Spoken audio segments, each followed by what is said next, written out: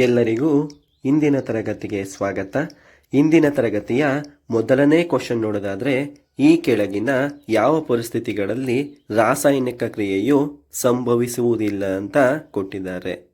ಸಾಮಾನ್ಯ ಲವಣವು ಗಾಳಿಗೆ ಅನಾವರಿಸಲ್ಪಟ್ಟಾಗ ಅಂತ ಇದೆ, ಗಾಳಿಯಲ್ಲಿ ಕಲ್ಲಿದ್ದಲನ್ನು ಸುಡುವಾಗ ಅಂತ ಇದೆ, ಸೋಡಿಯಮನ್ನು ನೀರಿನಲ್ಲಿ ಇರಿಸಿದಾಗ ಅಂತ ಇದೆ, ಕಬ್ಬಿಣವನ್ನು ತೇವಾಂಶವಿರುವ ಗಾಳಿಯಲ್ಲಿ ಇರಿಸಿದಾಗ ಅಂತ ಇದೆ.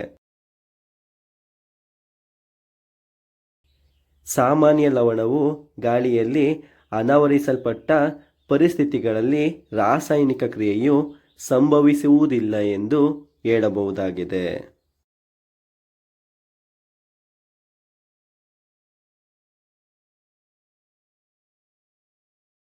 ವಿವರಣೆ: ರಾಸಾಯನಿಕ ಕ್ರಿಯೆ ಎಂದರೆ ಒಂದು ವಸ್ತುವು ತನ್ನ ಮೂಲ ಗುಣಲಕ್ಷಣಗಳನ್ನು ಕಳೆದುಕೊಂಡು ಹೊಸ ವಸ್ತುವಾಗಿ ಬದಲಾಗುವುದು.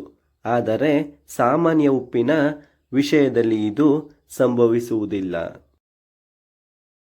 ಸಾಮಾನ್ಯ ಲವಣ, ಇದನ್ನು ಸೋಡಿಯಂ ಕ್ಲೋರೈಡ್ ಎಂದು ಕರೆಯುತ್ತಾರೆ, NaCl. ಇದನ್ನು ಗಾಳಿಗೆ ತೆರೆದಿಟ್ಟಾಗ ಯಾವುದೇ ಹೊಸ ರಾಸಾಯನಿಕ ವಸ್ತು ತಯಾರಾಗುವುದಿಲ್ಲ. ಇದು ಕೇವಲ ಗಾಳಿಯಲ್ಲಿ ತೇವಾಂಶವನ್ನು ಹೀರಿಕೊಂಡು ಸ್ವಲ್ಪ ಒದ್ದೆಯಾಗಬಹುದು. ಇದು ಭೌತಿಕ ಬದಲಾವಣೆಯಾಗಿದೆ, ಆದರೆ ಉಪ್ಪು ಉಪ್ಪಾಗಿಯೇ ಉಳಿಯುತ್ತದೆ.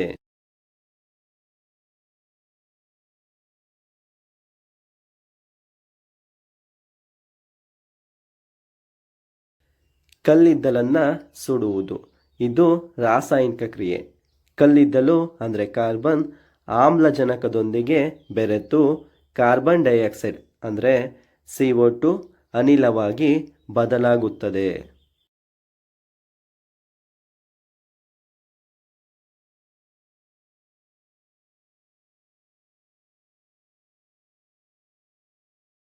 ಸೋಡಿಯಂ ಮತ್ತು ನೀರು, ಇದು ಅತ್ಯಂತ ತೀವ್ರವಾದ ರಾಸಾಯನಿಕ ಕ್ರಿಯೆ. ಸೋಡಿಯಂ ನೀರನ್ನು ಸ್ಪರ್ಶಿಸಿದ ತಕ್ಷಣ ಹೈಡ್ರೋಜನ್ ಅನಿಲ ಮತ್ತು ಸೋಡಿಯಂ ಹೈಡ್ರಾಕ್ಸೈಡ್ ಉತ್ಪತ್ತಿಯಾಗಿ ಸ್ಫೋಟಗೊಳ್ಳಬಹುದು. ಕಬ್ಬಿಣ ಮತ್ತು ತೇವಾಂಶ ತುಕ್ಕು ಹಿಡಿಯುವ ರಾಸಾಯನಿಕ ಕ್ರಿಯೆಯಾಗಿದೆ.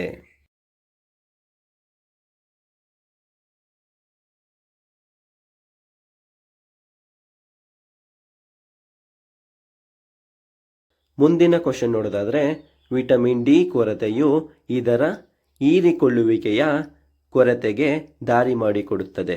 ಅಯೋಡಿನ ಇಲ್ಲ, ಫಾಸ್ಫರಸ್ ಇಲ್ಲ, ಕ್ಯಾಲ್ಸಿಯಮ್ಮ ಇಲ್ಲ, ಕಬ್ಬಿಣಾಂಶನ.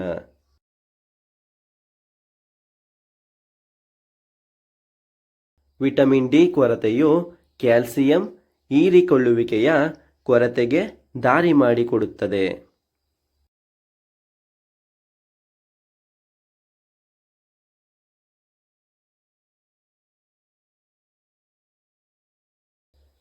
ವಿವರಣೆ: ನಮ್ಮ ದೇಹವು ನಾವು ಸೇವಿಸುವ ಆಹಾರದಿಂದ ಕ್ಯಾಲ್ಸಿಯಮನ್ನು ಪರಿಣಾಮಕಾರಿಯಾಗಿ ಹೀರಿಕೊಳ್ಳಲು ವಿಟಮಿನ್ ಡಿ ಅತ್ಯಗತ್ಯ.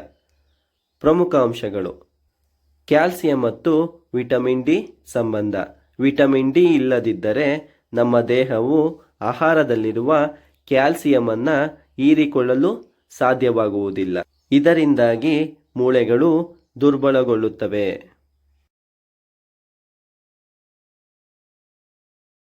ವಿಟಮಿನ್ ಡಿ ಮತ್ತು ಕ್ಯಾಲ್ಸಿಯಂ ಕೊರತೆಯಿಂದ ಮಕ್ಕಳಲ್ಲಿ ರಿಕೆಟ್ಸ್ ಮತ್ತು ದೊಡ್ಡವರಲ್ಲಿ ಆಕ್ಟಿಯೋಮಲೇಷಿಯಾ ಎಂಬ ಕಾಯಿಲೆಗಳು ಕಂಡುಬರುತ್ತವೆ.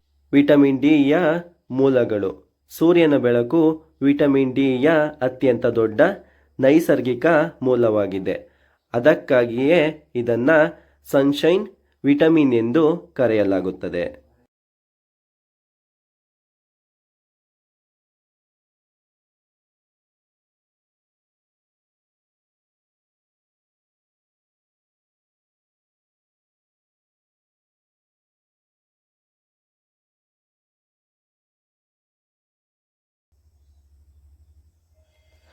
ಮೊದಲನೇ ಕಾಲಮಲ್ಲಿ ಪೋಷಕಾಂಶಗಳನ್ನು ಕೊಟ್ಟಿದ್ದಾರೆ. ಎರಡನೇ ಕಾಲಮಲ್ಲಿ ಕೊರತೆಯಿಂದ ಬರುವ ಕಾಯಿಲೆಗಳನ್ನು ಕೊಟ್ಟಿದ್ದಾರೆ. ಮೂರನೇ ಕಾಲಮಲ್ಲಿ ಈ ವಿಟಮಿನ್ಗಳ ಪ್ರಮುಖ ಕಾರ್ಯಗಳನ್ನು ಕೊಟ್ಟಿದ್ದಾರೆ. Vitamin D. ವಿಟಮಿನ್ ಡಿ ಕೊರತೆಯಿಂದ ರಿಕೆಟ್ಸ್ ಬರುತ್ತದೆ. ಇದರ ಪ್ರಮುಖ ಕಾರ್ಯ ಕ್ಯಾಲ್ಸಿಯಂ ಹೀರಿಕೊಳ್ಳುವಿಕೆ ಸಹಕಾರಿಯಾಗಿದೆ. ಅಯೋಡಿನ್. ಅಯೋಡಿನ್ ಕೊರತೆಯಿಂದ ಗಳಗಂಡ ಕಾಯಿಲೆ ಬರುತ್ತದೆ. ಅಯೋಡಿನ್ನ ಪ್ರಮುಖ ಕಾರ್ಯ ಥೈರಾಯ್ಡ್ ಗ್ರಂಥಿಯ ಕಾರ್ಯವೈಖರಿಯಾಗಿದೆ ಅಂತ ಹೇಳ್ಬೋದಾಗಿದೆ. ಈ ಐರನ್ ಕೊರತೆಯಿಂದ ರಕ್ತಹೀನತೆ ಅನೇಮಿಯಾ ಕಾಯಿಲೆ ಬರುತ್ತದೆ. ಐರನ್ನ ಪ್ರಮುಖ ಕಾರ್ಯ ರಕ್ತದಲ್ಲಿ ಹಿಮೋಗ್ಲೋಬಿನ್ ಹೆಚ್ಚಿಸುವುದಾಗಿದೆ. ಕ್ಯಾಲ್ಸಿಯಂ. ಈ ಕ್ಯಾಲ್ಸಿಯಂ ಕೊರತೆಯಿಂದಾಗಿ ಮೂಳೆ ಮತ್ತು ಹಲ್ಲುಗಳ ದೌರ್ಬಲ್ಯ ಉಂಟಾಗುತ್ತದೆ. ಕ್ಯಾಲ್ಸಿಯಂನ ಪ್ರಮುಖ ಕಾರ್ಯ ಮೂಳೆಗಳ ದೃಢತೆಯಾಗಿದೆ.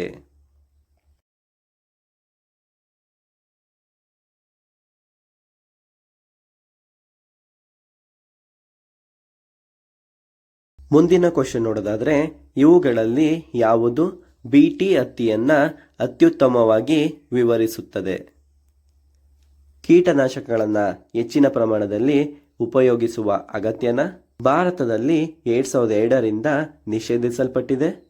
ಕೀಟನಾಶಕ ಉತ್ಪಾದಿಸಲು ತಳೀಯವಾಗಿ ಬದಲಾಯಿಸಲಾಗಿದೆ. ವೈರಸ್ ತಳಿಗಳನ್ನು ಉಪಯೋಗಿಸಿ ಬದಲಾವಣೆ ಮಾಡಲಾಗಿದೆ ಅಂತ ಇದೆ.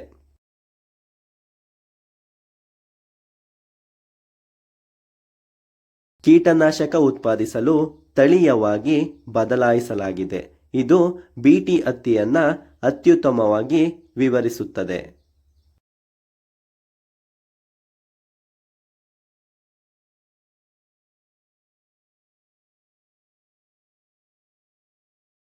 ವಿವರಣೆ: ಬಿಟಿ ಹತ್ತಿ ಎಂಬುದು ತಳೀಯವಾಗಿ ಮಾರ್ಪಡಿಸಿದ ಒಂದು ಬೆಳೆಯಾಗಿದೆ.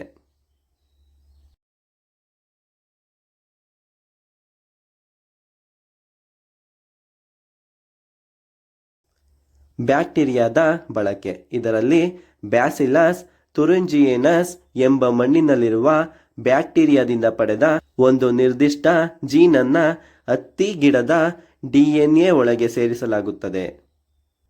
ನೈಸರ್ಗಿಕ ಕೀಟನಾಶಕ. ಈ ಜೀನ್ ಹತ್ತಿಯ ಗಿಡದೊಳಗೆ ಒಂದು ರೀತಿಯ ವಿಷಕಾರಿ ಪ್ರೋಟೀನ್ ಅನ್ನ ಉತ್ಪಾದಿಸುತ್ತದೆ. ಹತ್ತಿ ಗಿಡವನ್ನ ತಿನ್ನಲು ಬರುವ ಬೋಲ್ವರ್ಕ್ ಎಂಬ ಕೀಟಗಳು ಈ ಪ್ರೋಟೀನ್ ಸೇವಿಸಿದಾಗ ಅವುಗಳ ಜೀರ್ಣಾಂಗ ವ್ಯವಸ್ಥೆಯು ಹಾನಿಗೊಳಗಾಗಿ ಅವು ಸತ್ತು ಹೋಗುತ್ತವೆ.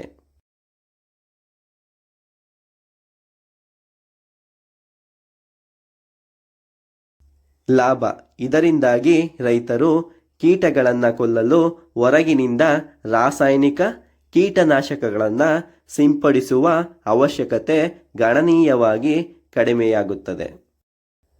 ಭಾರತದಲ್ಲಿ ಸ್ಥಿತಿ. ಭಾರತದಲ್ಲಿ ವಾಣಿಜ್ಯಿಕವಾಗಿ ಬೆಳೆಯಲು ಅನುಮತಿ ನೀಡಲಾದ ಏಕೈಕ GM ಬೆಳೆ ಇದಾಗಿದೆ. ಇದನ್ನು 2002ರಲ್ಲಿ ಭಾರತದಲ್ಲಿ ಪರಿಚಯಿಸಲಾಯಿತು.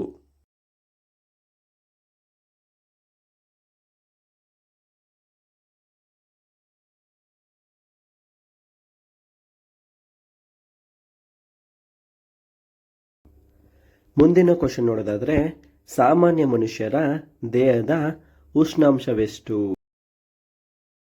96.7 ಡಿಗ್ರಿ ಎಫ್ ಇಲ್ಲ 98.6 ಡಿಗ್ರಿ ಎಫ್ ಇಲ್ಲ 97 66 ಡಿಗ್ರಿ ಎಫ್ ಇಲ್ಲ 98 ಡಿಗ್ರಿ ಎಫ್? ಸಾಮಾನ್ಯ ಮನುಷ್ಯರ ದೇಹದ ಉಷ್ಣಾಂಶ 98.6 ಡಿಗ್ರಿ ಎಫ್ ಆಗಿದೆ ಅಂತ ಹೇಳ್ಬೋದಾಗಿದೆ.